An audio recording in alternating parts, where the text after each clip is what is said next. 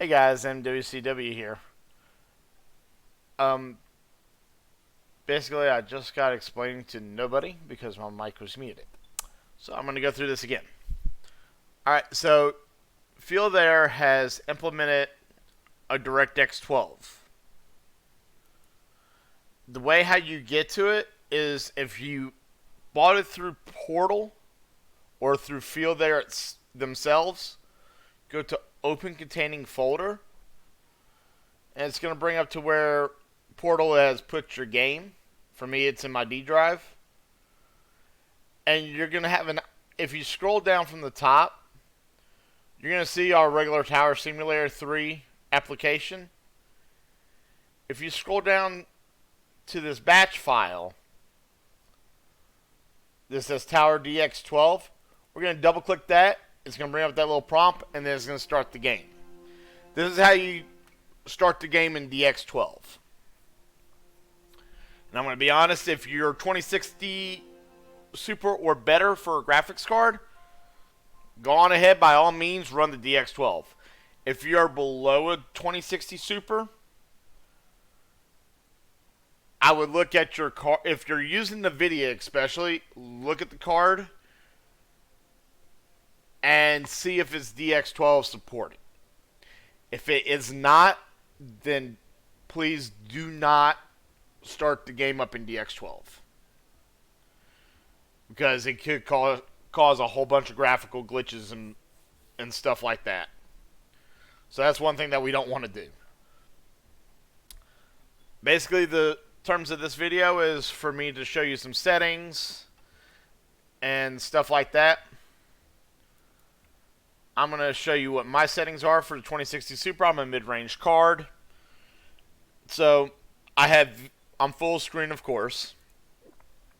I have VSync turned off because I'm basically what they would consider in the IT world mid-range, or for some games like City Skylines 2, I'm baseline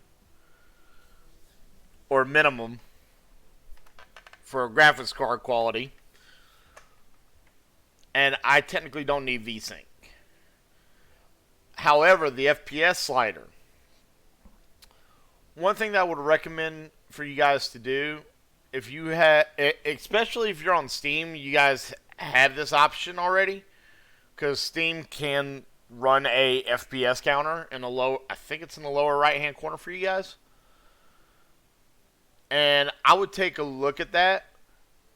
Thing is, the ADIRs and the D-Bright, no matter if you are running a single monitor, it doesn't matter if you're in or out of the tower on a single monitor, if you're running multi-monitors, when you go over to that extra screen because you're like clicking something because you want to try to get your camera to pan over that way so you can see them, I would actually, I'm just going to tell you this straight up, it's pretty much locked at 30 to 40 frames a second. Hands down, it's pretty much locked to that. And it doesn't matter if you're single monitor or multi-monitor. That's just the way the ball bounces. And that is, I believe, a game engine limitation when it does the extra windows. It's the only way how the game can actually run smooth. I think it's kind of like a little bit of a fail-safe in the Unity engine, to be completely honest. But back to recommended settings and stuff. 2060 Super to the 360 Ti, I would recommend these settings right here. I have a 144 hertz monitor, so technically I can run close to 144 frames. This game, or simulator, I basically get, on average, about anywhere between 60 and 70 frames.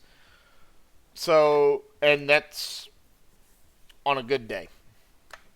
And what I mean by a good day, that's me playing Strut Guard Austin, Nashville, LaGuardia, Raleigh, Zurich, St. Thomas, and St. David. Basically, the non-heavy airports. I mean, you can say LaGuardia is a heavy airport, but it does have its moments of up and down times.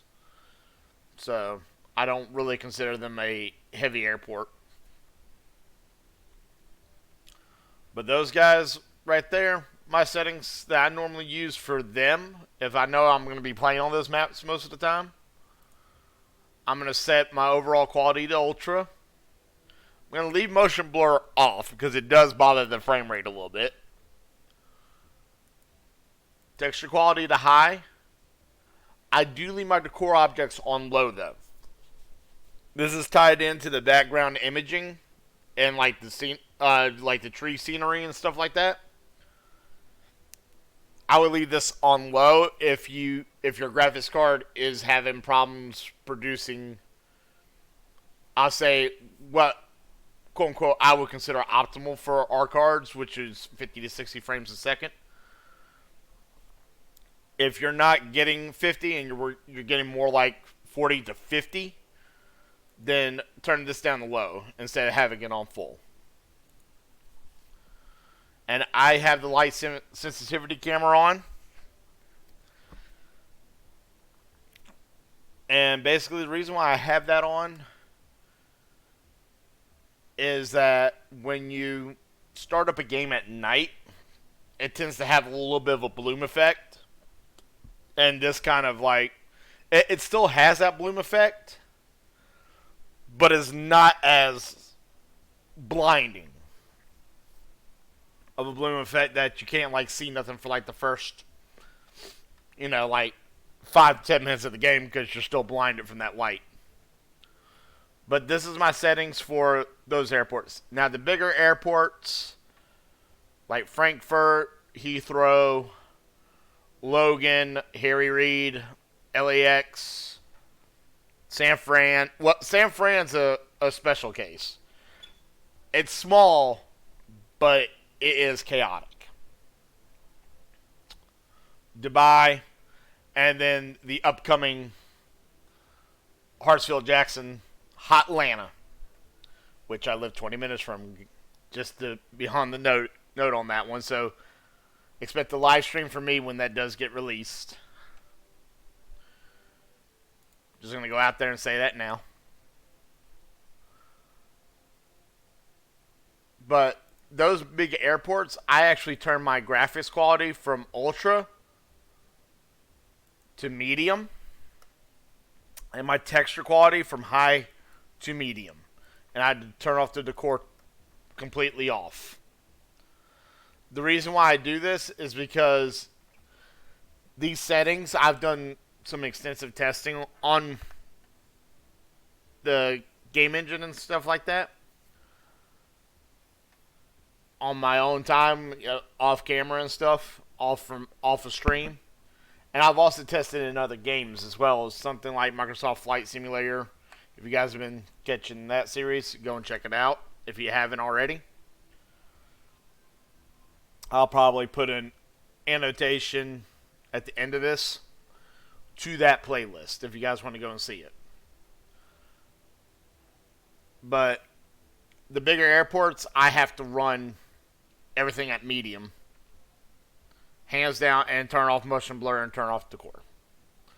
It's the only way how 2060 and I believe the 3060 Ti's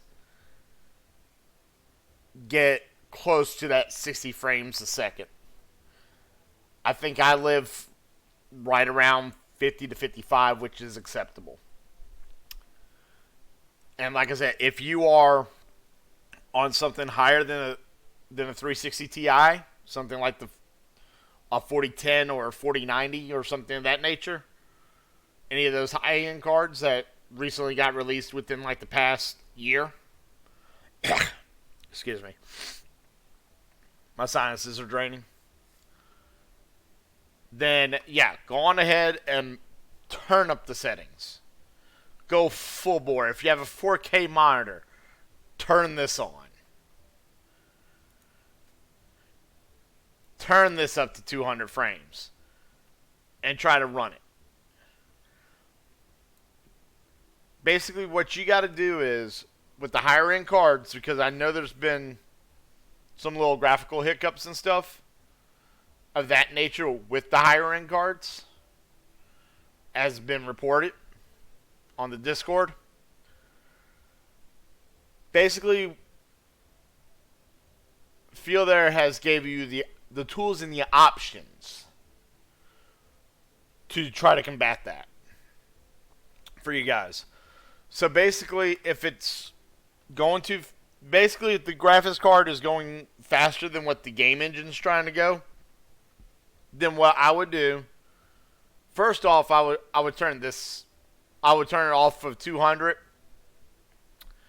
If you have like a 4K 144 hertz monitor, turn it down to the 144 and see if that helps. If that doesn't help, turn it down to 120.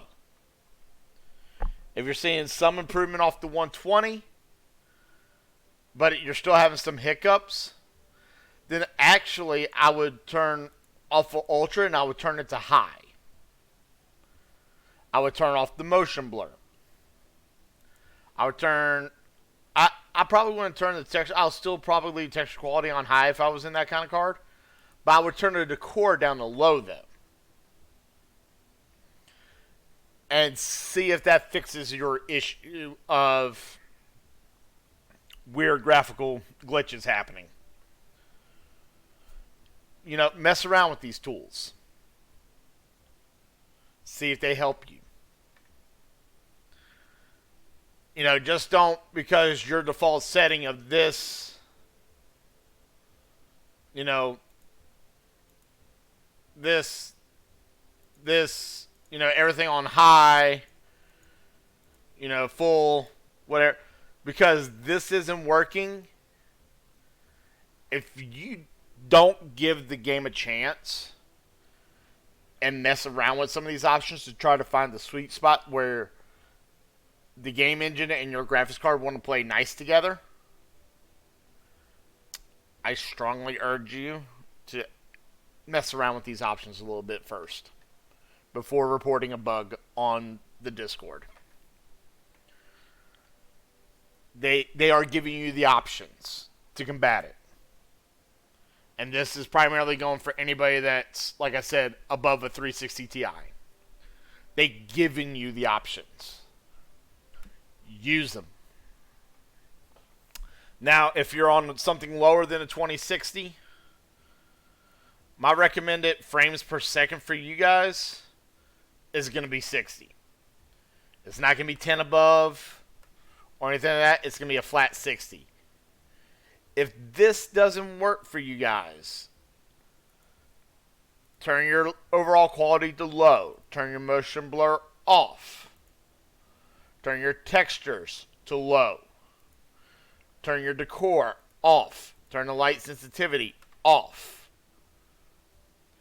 If you are still having some problems with FPS, this is the only time that I would recommend this option to be used. Turn on VSync. Because that turning this on disables this, and it regulates your frames per second to where the game is playable. And this is more for, like I said, the lower end cards below a 2060, something like a Radeon 580, the 1080 series of GTX that are still out there floating about. That's what this option is here for you guys. So if you set this on and you use these settings, low, off, you shouldn't have much issue, if at all any issue. But that's what it is. It's the way the ball bounces. So, like I said, Feel There has gave everybody the tools that they need to make the game run smooth. Utilize them. Just because your quote-unquote default settings don't work doesn't mean that it's a bug. That just, I'm going to be just point blank straight with you guys. That means you're being just too lazy and you're not wanting to adjust some of these settings. I'm going to be honest. Like I said, if I'm playing a small airport or a non-heavy traffic airport, and I'm playing one of the default schedules, not one of a custom made that is completely bonkers and does like 200 flights, an hour. Like I said, I'll set it up to maybe ultra, leave the motion blur off, textures up to high, decor on low, and VSync off, capping my frames at 80. If I'm going to run something like Hartsfield when it comes out, Heathrow, Frankfurt, I'm actually going to drop this down to 70. I'm going to turn this down to medium. I'm going to turn the textures down to medium. And I'm going to mess with this decor. Because a place like Frankfurt, it's just a lot of trees. And those polys really don't bother my frame rate too much. The only time that really bothers my frame rate is when I'm looking at, I think it's 7 right. But if I'm looking more at the midfield and where the terminals are and all that, and it's kind of open, I can leave the decor on low. Heathrow, on the other hand, I'm going to turn that off. Atlanta, when it comes out, I'm going to probably turn it off. And it's mainly because I know what's around Atlanta. If it's modeled in there, then yeah, I'm going to turn that off. Hands down. But this is pretty much my these are my settings for big, crazy, hectic airports, or even like San Francisco, small, compact, crazy airports. 70 FPS. Thank you. Have a nice day. Like I said, I can't stress it enough.